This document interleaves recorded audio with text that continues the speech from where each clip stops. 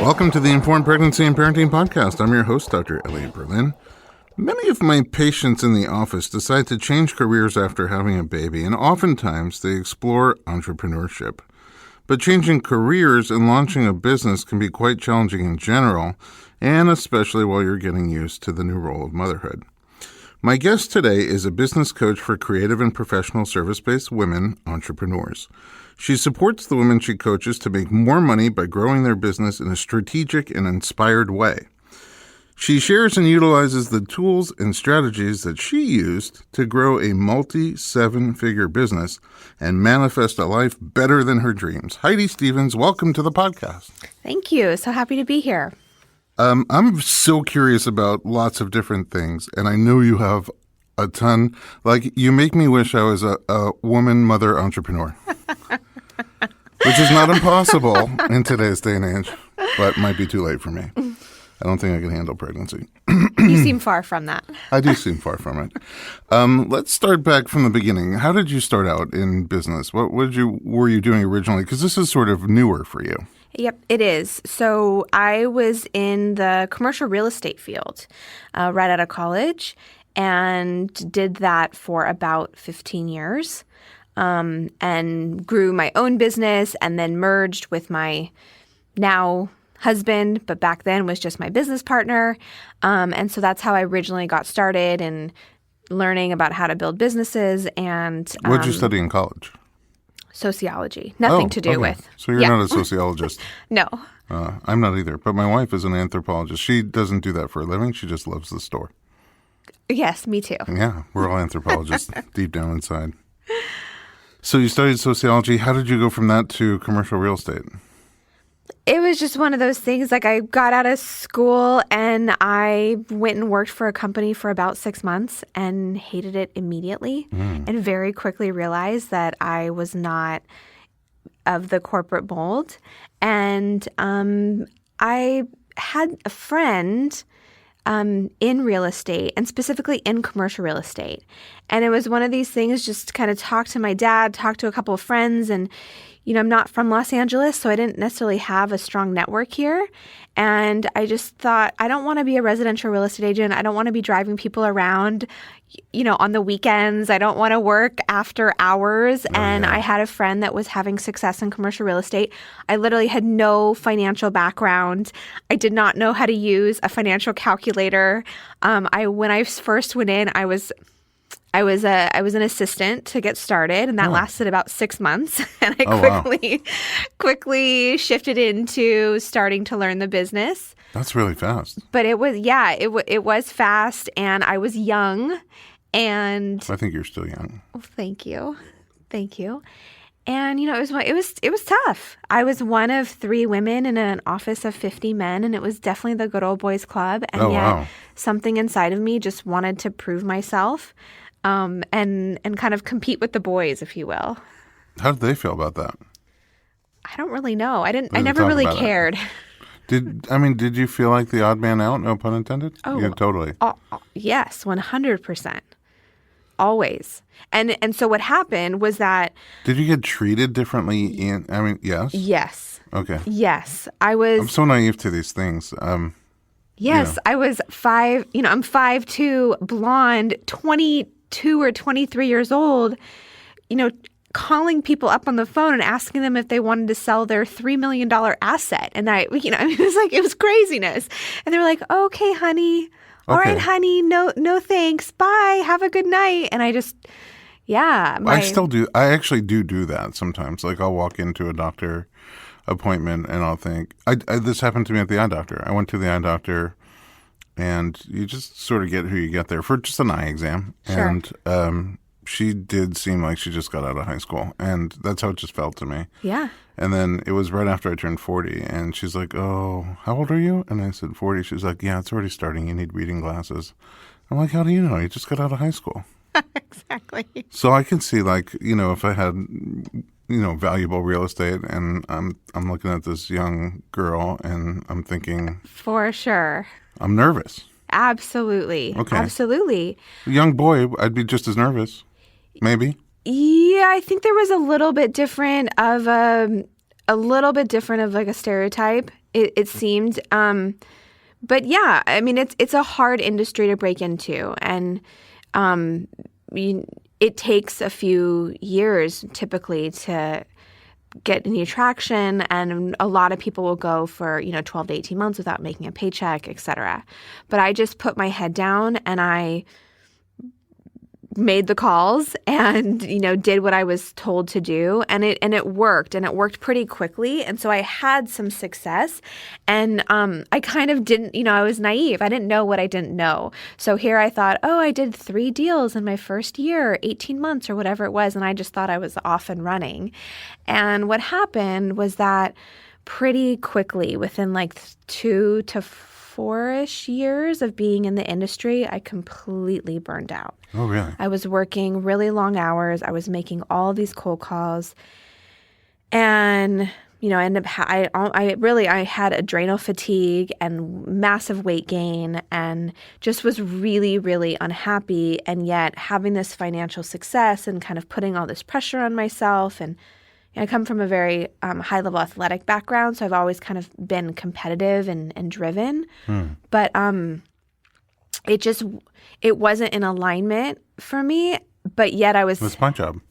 Exactly. I didn't know you then. I know. Now it's my job. I'm making up for lost time. Yeah. So it was an interesting period of time, and I don't regret any of it because I learned so much. What kind of sports in your background? I was a really high-level gymnast up until about the age of 14 or 15, and then I dove competitively at UCLA. No kidding. So it kind of makes a lot of sense for me. I see I see serious athletes do come out of college like ready to run, ready to sprint, and just jump headfirst in. Whereas That's kind of how I've just done my whole life too. Like I just kind of dive head in, no pun intended, because I was a diver. Yeah. It's great. I mean, I don't know if it's the discipline that's required for the sport to really excel in sports and athleticism, but it's really cool because I didn't have any of that. I wrestled kind of like half-heartedly in high school, and when I got out of college, I was just like, I'm wandering aimlessly for a while. Yeah, my husband and I, to this day, we love hiring athletes. Yeah, because they're great. They're disciplined. They're ready to work hard. They've got that kind of mental edge, if you will. Let's start an athletic headhunting service. Exactly. That's my new thing. Well, it's a real thing. They would come I went to UCLA, and companies would come and present specifically to the athletic department. Mm-hmm. Yeah. All right, so you burned out a little bit. Burned out, but stayed in it. Okay. For another decade. Oh, wow. Yeah. Okay. That's a long time with no adrenal function. Well, I don't think I did not have adrenal function for a decade. Okay. Yeah. You found your my gurus. Yeah. Oh, you took care of yourself. Yes. Okay. And then what happened over those 10 years? A lot. I'll say more. In a nutshell? In a nutshell? In a nutshell, yes. What happened is that it really turned me on to a more spiritual path. I was having eating disorders. I was bulimic. I don't know if you know that about me. No. So I had a lot of stuff going on, a lot of stuff. And it just really opened up I just started on a spiritual journey and exploration, and kind of one person led to another, and I was in a 12-step program, and that led to a therapist, and that led to a holistic doctor, and that led to someone supporting me in getting my adrenals in order and having my menstrual cycle regularly, and it was an ongoing 10-year period. I ended up getting my master's in spiritual psychology. Oh, wow. So That's different than commercial real estate. It is different than commercial real estate, and it was like I was living 2 lives. Like I was selling real estate and running a team, and it kept growing for a while. I hired junior agents underneath me, and it's like I would go in, I would just put my head down and work for 5 or 6, 7 hours, and then I would go to my therapist appointment or go to my spiritual community or go to this XYZ, weekend retreat. And it was this kind of push-pull and this back and forth for quite some time. And then I decided that I wanted to get a business partner because I was getting more and more clear that I wanted to take a step back. And it's a long story, but the short version is my then best guy friend and I started talking about merging our businesses. I had met him through the real estate world, and we ended up merging our teams. And we had a similar business model, but very, very different strengths. And so we ended up merging our teams and moving in together all within the same month. Moving in, you mean personally? Yeah. He's now my husband. Oh, okay. There you go. Yeah. Is he a former athlete? He would say he is. Okay, fine. So I'll take him at his word. Let's just say that I take credit for our 4-year-old's athletic ability, and it's one of the talking points in our household. Awesome. Yeah. Oh, okay. So you merged on several fronts. We did. So we merged. We kept building, and then a couple years ago, after having Harrison, it was just really, really clear that it was time for me to step away from real estate and really go out and support. And I'm a business coach, and at the core of what I do is I empower women to become their best selves. Yeah. So I mean, is leaving commercial real estate the final step in that 10-year burnout? It just seemed like after a while you were doing commercial real estate but not loving it anymore, and that you were getting stressed by it but found ways to balance the stress. Yeah. But it at the end of the day, it doesn't seem to be your passion anymore. 100%. And I knew it all along, but it felt like I didn't 100% know what my passion was. And so in the journey and in the search, I would have ideas and I would try things, but then I just kept coming back to commercial real estate because it's what I knew and it's what was paying the bills. Mm-hmm. And it was also hard to leave because I was having a lot of quote unquote success in it, and also had built a lifestyle for myself, that cost money. And so there were all these factors that just didn't feel like the right timing to leave. And then when I did merge with Kenny, I took a step back from the brokerage. I took a step back from being the face and negotiating and doing what I thought was the hard stuff. And then he thought I was doing the hard stuff with running the team and marketing and organization and doing more of the COO role of our companies. And that, again, that kind of like fueled me for a couple of years because I was doing something different. Mm-hmm. But again, it's like in my heart, down deep, I knew it wasn't what I ultimately was meant to do. But it's cool, at least from that point, that you sort of, it sounds like you were puzzle pieces on your strengths and weaknesses. Yeah. And you got to do the part that you really liked out of all the parts that there were to do. And totally. He got to do the parts that he liked to do. Yeah. And so then that lasted a couple years.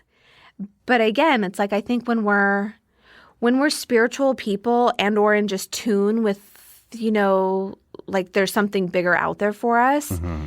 At least that's how it is for me. It's like I couldn't just like squelch this small voice inside that was saying like it's like you need to do something different. You need to do something more. Like I would look at all these people that were in the online coaching field and having a lot of visibility and a lot of impact on transforming lives, and I would just think, "Oh, that's just for them. That they're meant for that, and I'm meant to like have an awesome life, but like for whatever reason, I'm just meant to be in real estate." Mm-hmm. And it took a lot of courage to walk away, simply because, we had like built this thing and built this successful company, and my husband relied on me. Like I was partners with him. I wasn't just like helping him out, a couple hours a day. So, has it been difficult for him that you left? I think it was at first, but now it's been a few years, so we're better off for it. Well, yeah. I mean, given the two, because you're so intertwined, I'd rather have a happier wife than, a stable business partner. Totally. Yeah. So what was the point that made you realize, wait, I can be a coach, or I want to be a coach? Yeah. So I actually started it in real estate. So while we were running our business, I went and was again, I got my master's in spiritual psychology, and that was kind of it was kind of a training program to be a therapist / coach. Well, let's talk about spiritual psychology for a second, because I Sure. gloss over it because I'm familiar with it. But what is it? What is spiritual psychology?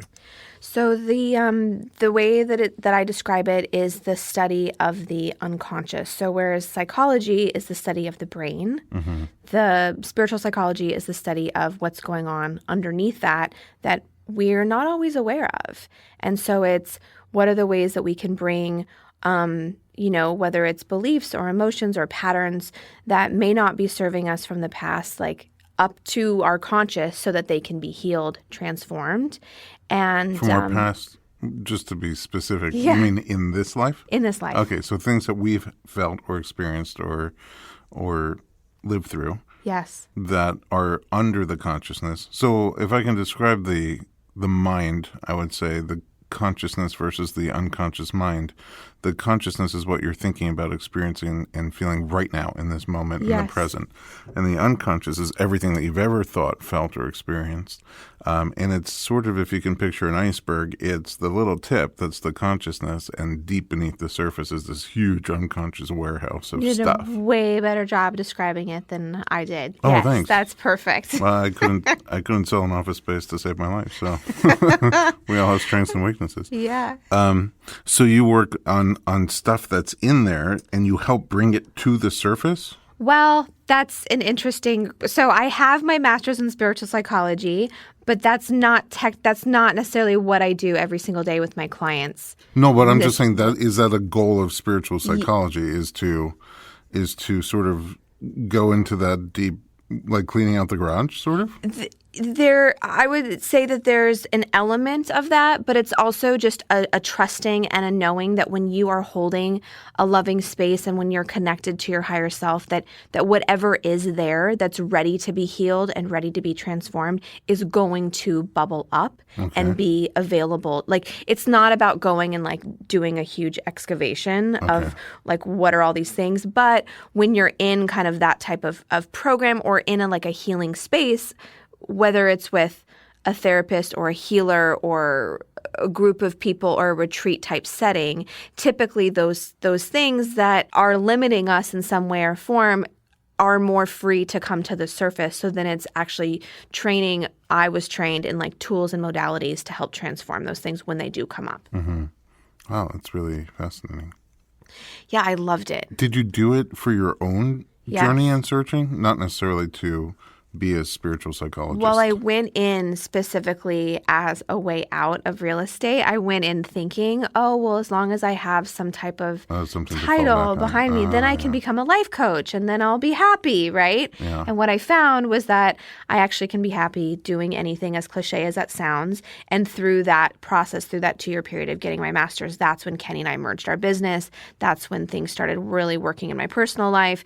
That's when we grew the business. And again, from a career perspective, I was like sustained for a period of time until I was like, okay, it's time to start coaching. Okay. First of all, when you talk about coaching and the work that you do now, you light up. I love it. You just light up. It makes me so happy to see it. So what I want to do is take a little break and then come back and find out more about what it means to be a coach and specifically the type of coaching that you do. Sure. And then also for our listeners who might be thinking about, hey, maybe I need a career change now, especially around this time of motherhood. Maybe some like takeaway tips that we can give to be like, here's how you can get started on your path, or things to think about and things to consider. Absolutely. All right, we're going to take a quick commercial break. We'll be right back with Heidi Stevens on the Informed Pregnancy Podcast.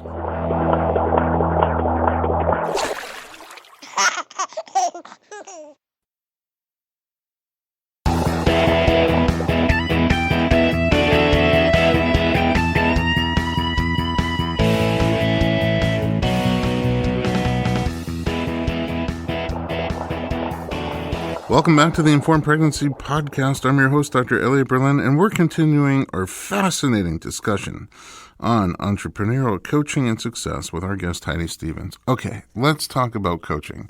You said you don't really sort of do spiritual psychology. What is coaching to you? How does it work? So the difference between psychology, which I think of psychology as, really kind of a therapy model, and coaching is that as a coach, I'm really forward thinking. So if someone's wanting to, deal with something or has something coming up from the past, I'm willing to talk about it, to notate it, to work through it. And I'm not a therapist that's going to sit there for, an hour-long session and go through the entire story. I'm actually much more interested in what's the bottom line. Let's use this for your own healing, growth, opportunity, etc. And now how are we going to use this to get you where you want to go next? No, it sounds like we, as your client, we need to be honest with you. And honest with ourselves. Yes. Oh, that's so hard to do. Is that hard for people? Do they just open up to you? I don't find that it's hard because I think that I hold a really, the feedback that I get from my clients is that I have a really loving yet fierce way of working with them. That makes sense. So they know, I think they feel safe with me. And, it is a really safe space. And I'm going to tell you what I think and what you need to know to move forward. But we have to be willing to be honest with ourselves. That's the key. Yes. But I can see how you would sort of drag that out of people. Yeah, I think that, to the degree that someone is available to be, I don't think someone would come and work with me if they're not available to just in work the with first themselves. 20 minutes of talking to you, I'm not, this is how I feel in my heart. I'm inspired to be honest with myself. Well, thank you. By your story so far. I'm really honored to hear that. Yeah, it's true. Okay, so who is the type of person who hires a coach like yourself, and what role do you play for them? Sure. So most of my clients are creative entrepreneurs. So what I find is that they're really, really, really great at what they do, but they don't necessarily have a business mind or acumen. So many people like that. Yeah. Especially in the creative space. Yes. This is a different part of the brain. Exactly. And I love, I'm in awe of my clients because of how talented they are, artistically. So, I work with mostly service-based entrepreneurs. So graphic designers, photographers, professional organizers, interior designers, other coaches, there's health coaching, there's business coaching, there's relationship coaching that people get into. So, service-based creatives, and I really support them in putting the pieces together to take what they're so passionate about and so good at and actually make a business out of it and make money, because that's why we got into what we were doing in the first place. Right. But sometimes those kind of service providers are more about the service than about themselves. So yeah, it breaks my heart, because what I see is that, whether they just started it right out of school or, a lot of them took the leap and left a corporate gig and had the courage to go out and do something on their own. And what started as a passion and something that they love to do, then it just turns into another job because they're slaving away working whatever it is, whether it's 60, 70, 80 hours a week and barely making ends meet. And but how do you change that?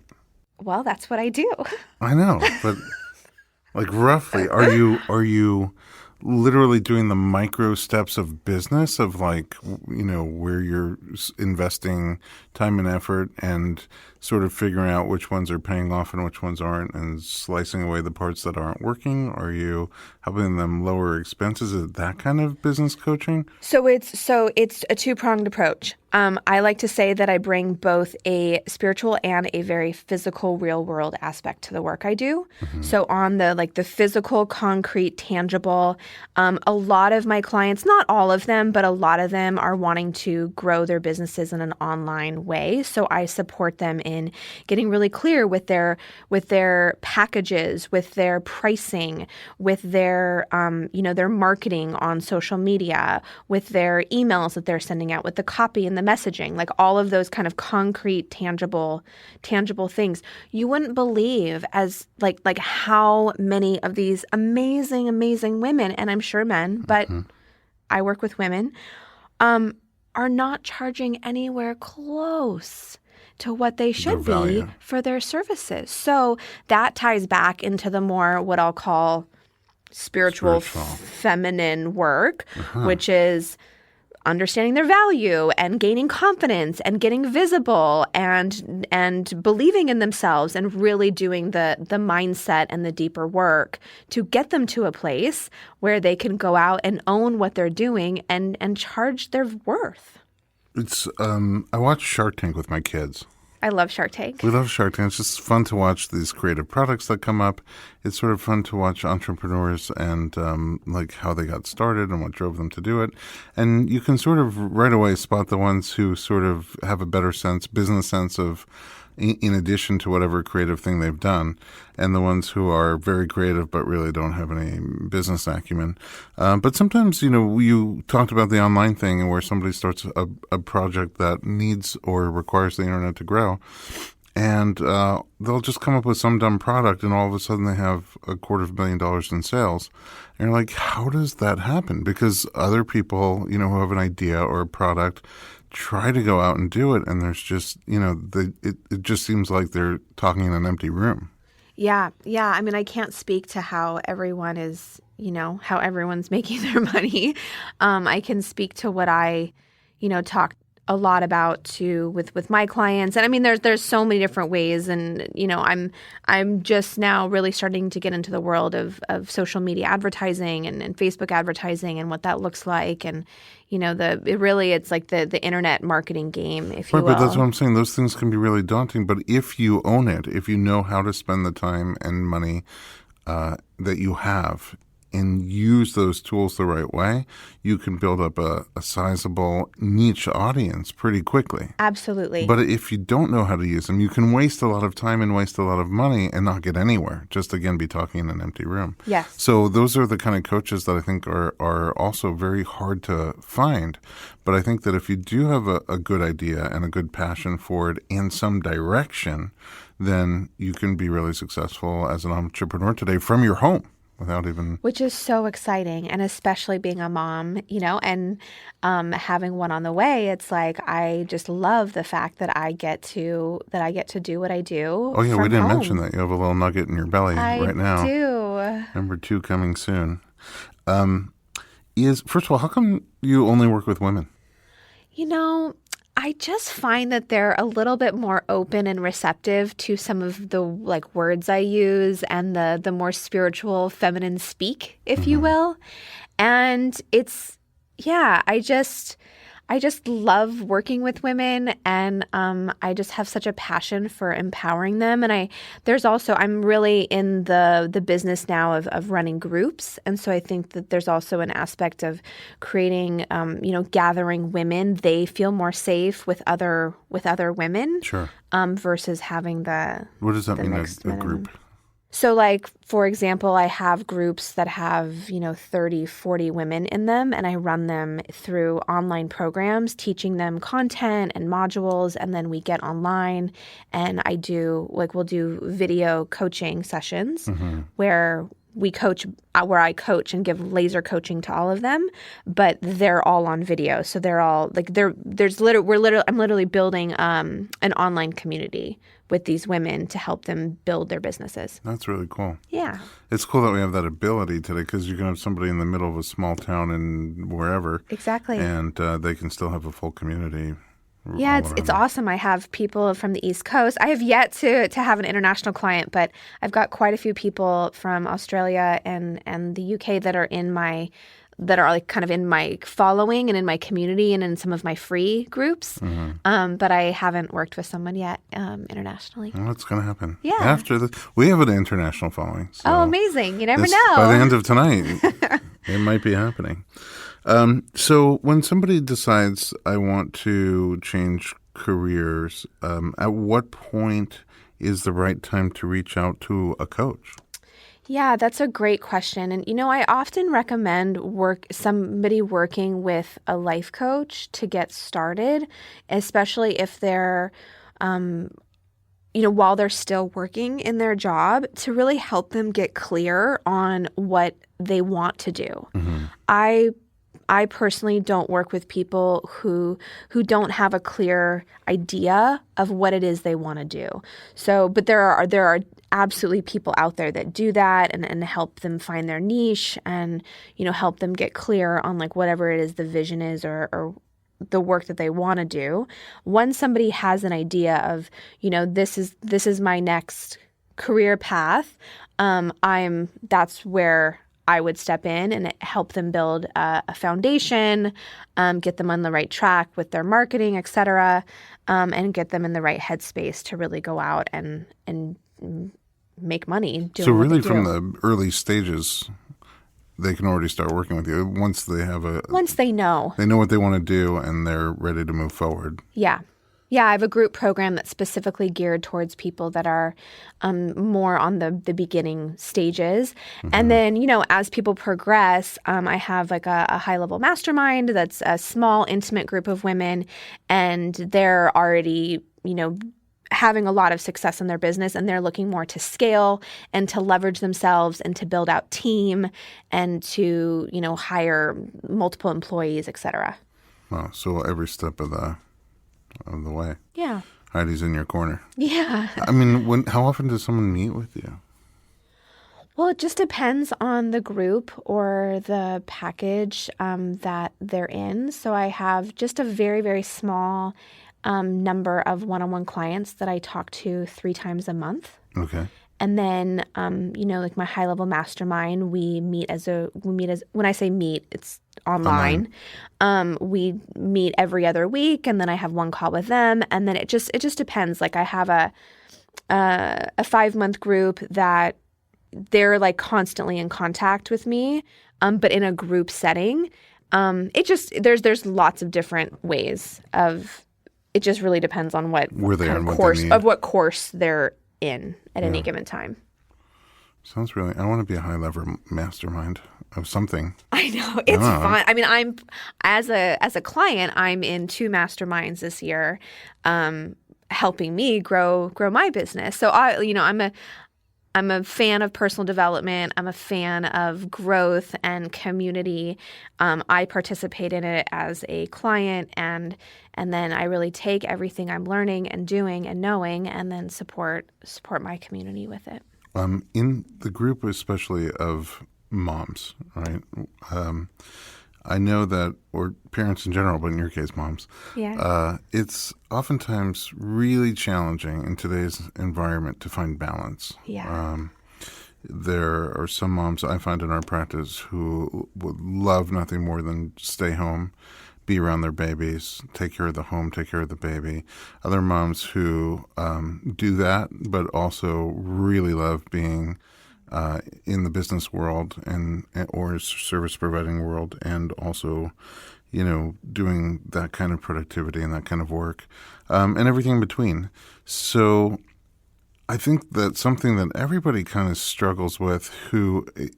I struggle with it as a dad, and I think the women struggle more, generally speaking, with how to balance work and home.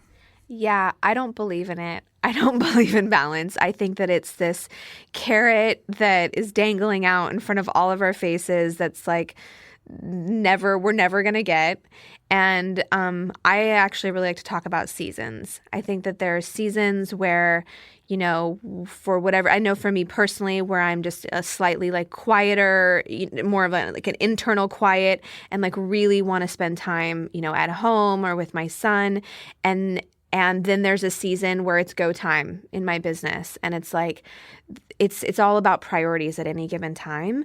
And I talk a lot about, with the women that I work with and just on a lot of the stuff I do, about giving yourself permission to do you, like to do you. I think that so much of having this quote unquote balance is like this idea that we're like trying to be like perfect moms and perfect wives, and we've got to look perfect. So then you've got to get to the gym this amount of time. And it's just like, it's like so exhausting to try and like live up to all of these ideas and of, what we're supposed to be. So it's like, I'm a really big fan, and this is what I coach, of like tuning in and getting clear on what's true for you. Like if you want to be a stay-at-home mom, rock it out, own it. Like no mommy guilt, no shame, none of that. And look, and if you want to go to work, whether you have to or you choose to, I chose to. And sometimes I think that's harder than than having to. I chose to go back to work. Yeah. And I didn't grow up with a mom that had that. Like my mom stayed at home. So that's all I ever knew. And for me to go, okay, wait, I'm going to get a nanny and then I'm going to go to work and I'm not going to be with my child all day. Like, am I a terrible mom? And so balance for me doesn't exist. And instead it's like, what is this season about for me? Am I, I'm going to go into a season soon where I'm going to be nurturing my baby, but I'm also going to have some support because I love what I do so much that I'm not planning on stopping. And there's probably some women out there that would think that, not taking a certain time off is they may judge that. And there's other, so it's just like, just let it go. Let it go and do you. The things that you're saying right now about the balance they hit me two different ways. Number one is how refreshing that would feel to let go of the idea of balance and to just assume that only a small number of lottery winners actually feel balance in their life, right? And for everybody else, you just do the best you can in those areas and don't feel guilty and don't have regrets about it. We're all doing the best we can. Right. We're all doing the best we can. We're all like holding it together, But the other side of that coin is there was a period of years, a few years, because I feel like life is a treadmill. My personal workout program, by the way, is a 12-step program. I like walk 12 steps and then I'm done working out. But I feel like life is a treadmill and you just, as a college kid, maybe, it's moving at a pace that's comfortable. And then, you get married and all of a sudden the incline goes up and you have a kid and hurdles start popping up on top of it. And you have two kids and it's just moving even faster. And at some point it got to a point where I just felt like all I have to do is stay on this treadmill. Like everything is trying to throw me off.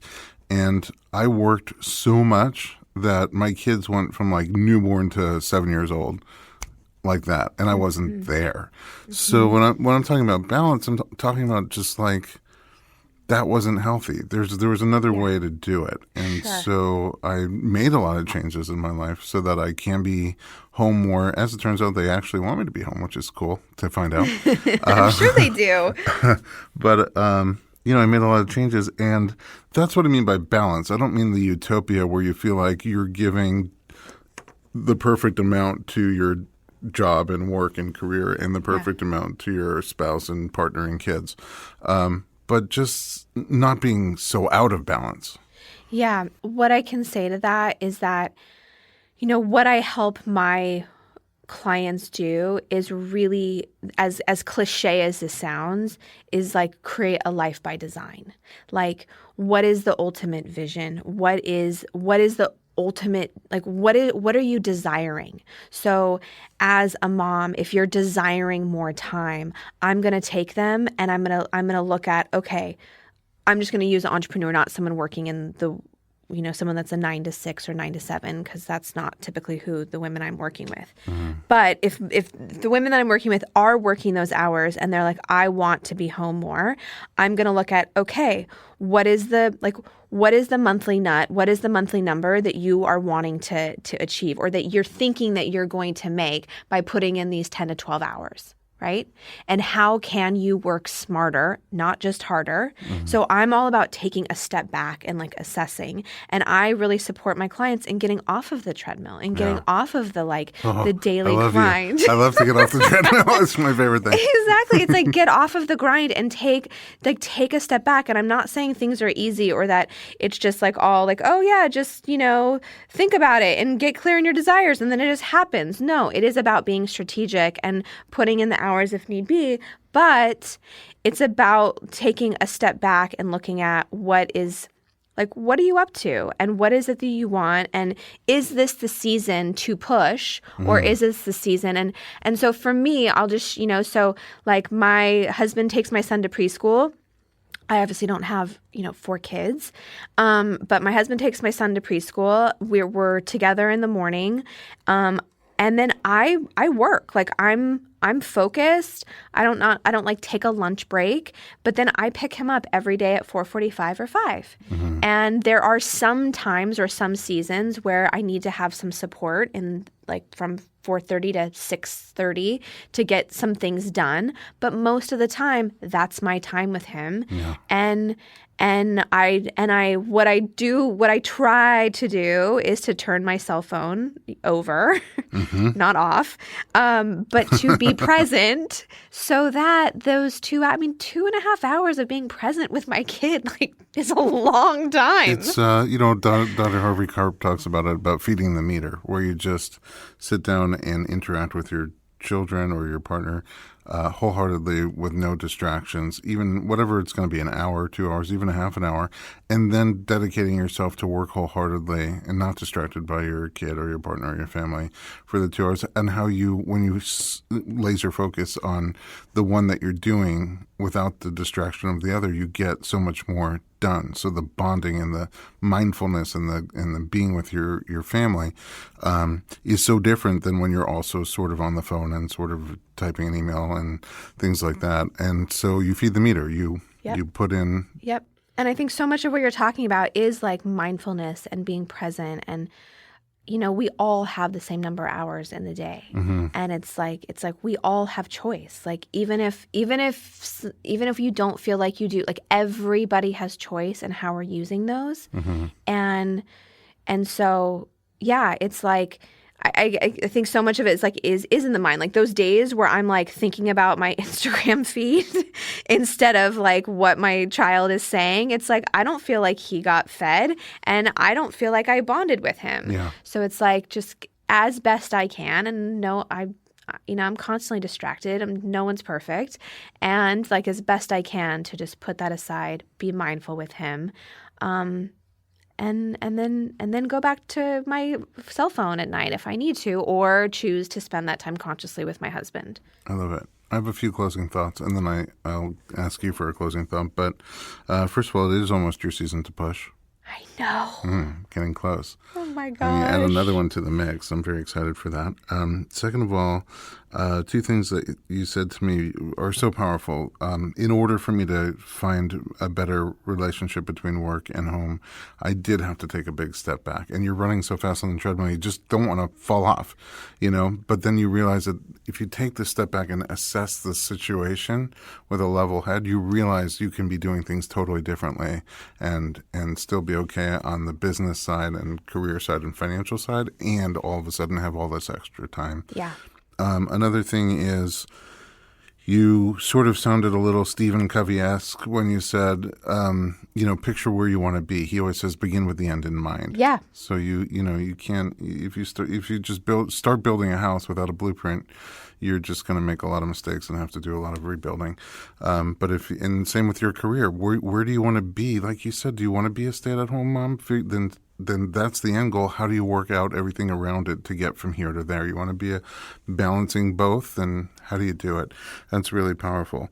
And the last thing is you kind of remind me of my wrestling coach, getting back to the sports when I was actually athletic for a minute. When you're on the mat and you have no oxygen because you're just exerting all your muscles, and you're just sort of in all the training and workouts that lead up to it, all the practices, you're just doing these movements over and over and over again so they become instinctual.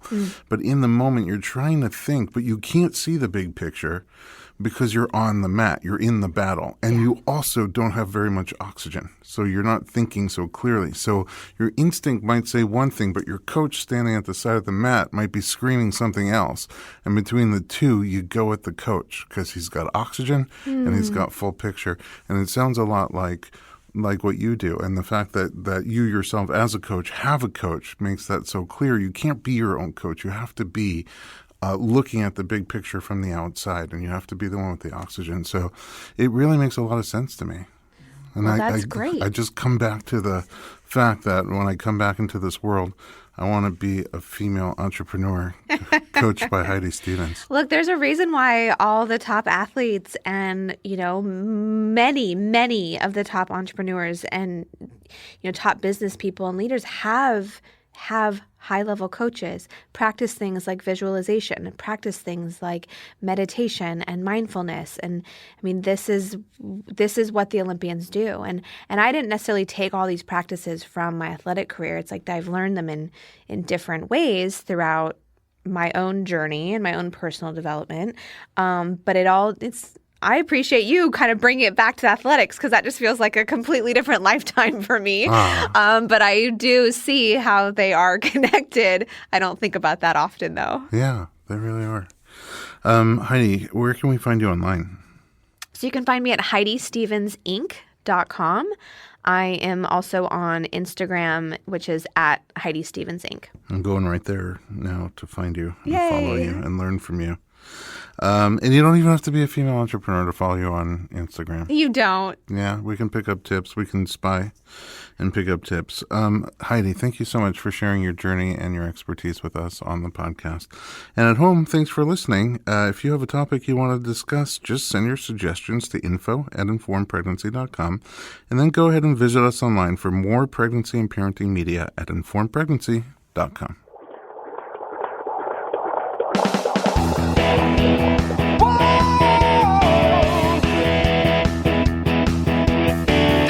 Doctor, give me the news. I got a